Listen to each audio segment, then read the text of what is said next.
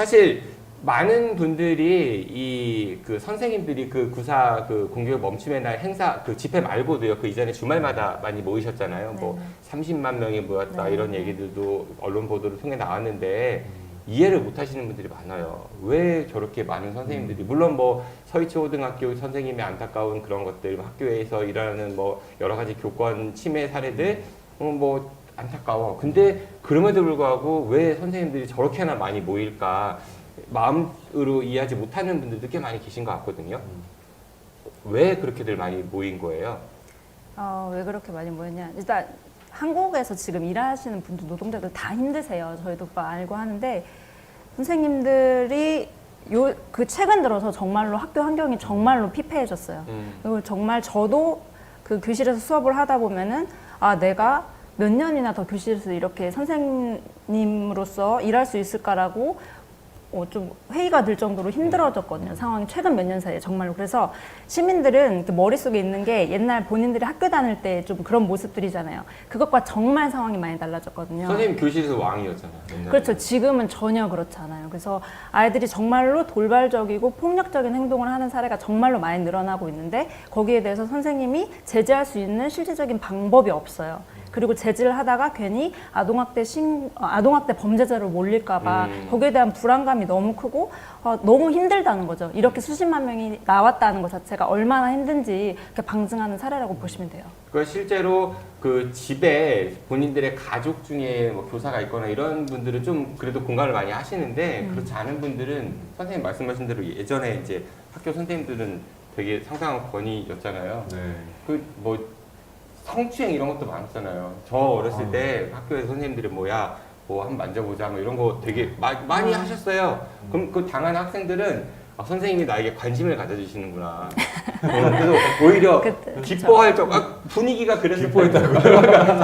수업 시간에 가서 야 담배 하나 사와 이렇게 심부름 시키면 선생님이 나를 특별 대우해 주시는구나. 뭐 그 정도의 그 권위가 있었었는데 지금 요즘 뉴스 보면은 뭐 그런 거는 뭐 지금 제가 말씀드리는 거 나오면 아마 바로 체포될 거예요. 그건 문제죠. 그럼요. 선생님 요 몇 년 사이에 더 많이 달라졌다라는 말씀을 하셨는데 왜 갑자기 특히나 더 그런 부분들이 심해졌다고 느끼시는 건가요? 제 생각에는 사회적으로 좀 이렇게 자본주의가 심화되면서 좀 소비자 중심주의 그런 게 좀 퍼져나간 것 같아요. 그래서 소비자 권리. 네, 소비자 권리. 그래서 학교는 이제 교육 서비스를 제공하는 그런 기관이고 선생님들도 교육 서비스를 판매하는 사람처럼 학부모님들께서 인식을 하시는 것 같아요. 그래서 약간 불량 제품 같은 것을 교체하듯이 뭔가 담임쌤이 마음에 안 들면 그냥 너무 쉽게 담임 교체를 요구하고 뭔가 물건을 사거나 서비스를 구입을 했을 때 마음에 안 들면 계속 민원을 제기해서 마음에 드는 서비스를 받을 때까지 계속 이렇게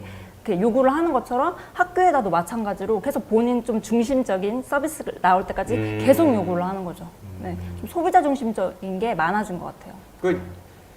이해가 가요. 그런 것도 이해가 가고 사례를 좀 몇 개 좀 들어봤으면 좋겠거든요. 이런 게 있었다. 뭐 언론 보도 보면은 예를 들어가지고 뭐 그 급식 시간에 줄을 서야 하는데 한 아이가 줄을 제대로 안 섰대여서 야 땡땡땡 너 그렇게 그러면 안 되지 줄 똑바로 서 했다가 그게 공개적인 장소에서 면박을 줬다. 그래서 아동학대로 신고가 돼서 그래서 직위 해제돼서 담임직을 이제 놓게 된 사례들도 보도가 됐었는데 진짜 그런 일이 비일비재해요? 그렇죠. 그래서 저한테도 이제 교권 침해 사례를 말씀해 달라는 분이 굉장히 많은데 사실 그런 사례를 구체적으로 열거하다 보면 좀 너무 일이 이렇게 표현이 너무 선정적으로 가요. 왜냐하면 사례가 너무 많다 보니까. 괜찮아요. 아니 그래서 저로서는 약간 좀 그게 꺼려지긴 하지만 그럼에도 불구하고 저도 이제 수업 현장에서 보면은 아이들의 그냥 뭐 돌발적이고 폭력적인 행동이라고 하면 좀 상상을 못 하실 거예요. 아니면 저도 학생 때 있을 수 없었던 일이 있잖아요. 아이가 그냥 갑자기 소리를 지르고 선생님한테 쌍욕을 한다든지. 욕을 해? 그럼요. 욕을 하고 그냥 바닥에 앉아서 그냥 막 다리를 막 계속 흔들고 종이를 막 찢어서 계속 던지고 뭐 그런 일 정말 많이 일어나요. 그러니까 상상을 아마 못 하실 거고 학부모님들에 의한 그런 교권 침해는 약간 두 가지 정도로 볼 수가 있는데 기본적으로 그러니까 교사의 인권 자체를 좀 무시하는 경우가 있어요. 그래서 굉장히 예의 없는 행동 하시는 분들 많아요. 예를 들어서? 예를 들면 그냥 뭐 밤에 뭐 별로 이렇게 중요한 문제도 아닌데도 뭐 새벽 1~2시에도 이렇게 전화를 해서 뭐 내일 숙제 같은 거 물어보신다든지. 새벽 1~2시에? 네, 그런 일이 정말 정말 많았고요. 그동안 계속 많았고 또 뭐 이런 경우 있잖아요. 그러니까 아이가 어린데 그냥 시간 맞춰서 약을 먹여달라 이 정도도 아니고 그것도 사실은 조금은 어려운 거예요. 선생님이 그 한 아이의 보모는 아닌 거잖아요. 수십 명을 한꺼번에 봐야 되는데 그렇지만 뭐 약도 아니고 시간 맞춰서 몇 시에 뭐 유산균을 먹게 해주세요.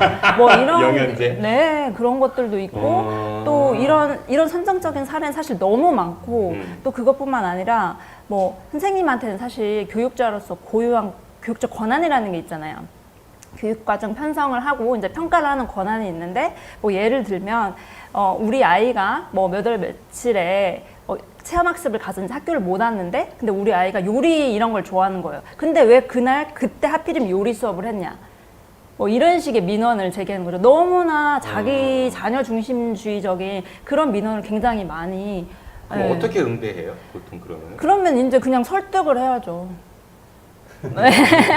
우리 교육 과정이 이렇게 짰기 때문에 어쩔 수 없다. 우리 교실에 우리 아이만 있는 건 아니지 않냐. 그렇게 하지만 그래도 그런 일이 정말 많아요. 네. 그러니까 저도 이제 변호사 활동하면서 관련 아동학대 사건이라든가 뭐 이런 사건들 상담도 많이 하고 사건도 많이 하고 있는데 정말 좀 저도 답답한 경우가 보면 많습니다. 그러니까 아주 많진 않지만 학부모님들께서 이렇게까지 하셔야 되나 싶을 정도의 그런 행동들 많이 보이고 너무 무리한 주장하고 본인들 중심의 주장을 하는 경우들이 많아서 간접적이나마 선생님들의 지금 이런 직접 대면하고 있는 거니까. 그렇죠. 그렇죠. 직접 대면하고 계신 거니까 얼마나 힘드실지 사실 그럼요. 전략적인 진작은 가능합니다. 이런 분위기는 있는 것 같아요. 그래서 요즘 보면은 뭐 저도 그런 것 같은데 반성을 네. 많이 하지만 권리 주장을 상당히 요즘 많이 해요. 네. 그거는 바람직한 것 같아요. 개인의 권리는 네. 자기가 찾는 거니까. 근데 그 권리에 따른 책임에 대해서는 맞아요. 너무나도 얘기를 안 하는 것 같아요. 네. 그러니까 그런 얘기들을 저도 굉장히 많이 하고 개인적으로도 고민이 많이 되는 지점인데 어떤 분이 그런 말씀을 하시더라고요. 그러니까 우리나라가 굉장히 빠른 속도로 발전해 온 것에 비해 경제라든가 그것이 기반이 되는 인식 수준이라든가 이런 거는 충분히 발전하지 않아서 권리의식은 높아져 가는데 거기에 따른 의무라든가 사람에 대한 배려라든가 이런 거는 충분하지가 않아서 생기는 일종의 부작용 아니냐 이런 얘기들도 있는데 그럴 수도 있겠다라는 생각이 들 정도로 요즘에 권리의식에 비해서 그런 거를 가르쳐주고 공감할 수 있는 곳이 학교잖아요, 그렇죠. 사실은. 그렇죠. 근데 학교 현장조차도 이렇게 권리가 충돌하고 이렇게 만나지 말아야 될 변호사를 찾아야 하고. 저 그렇게 말씀하시는 아유, 안타깝습니다.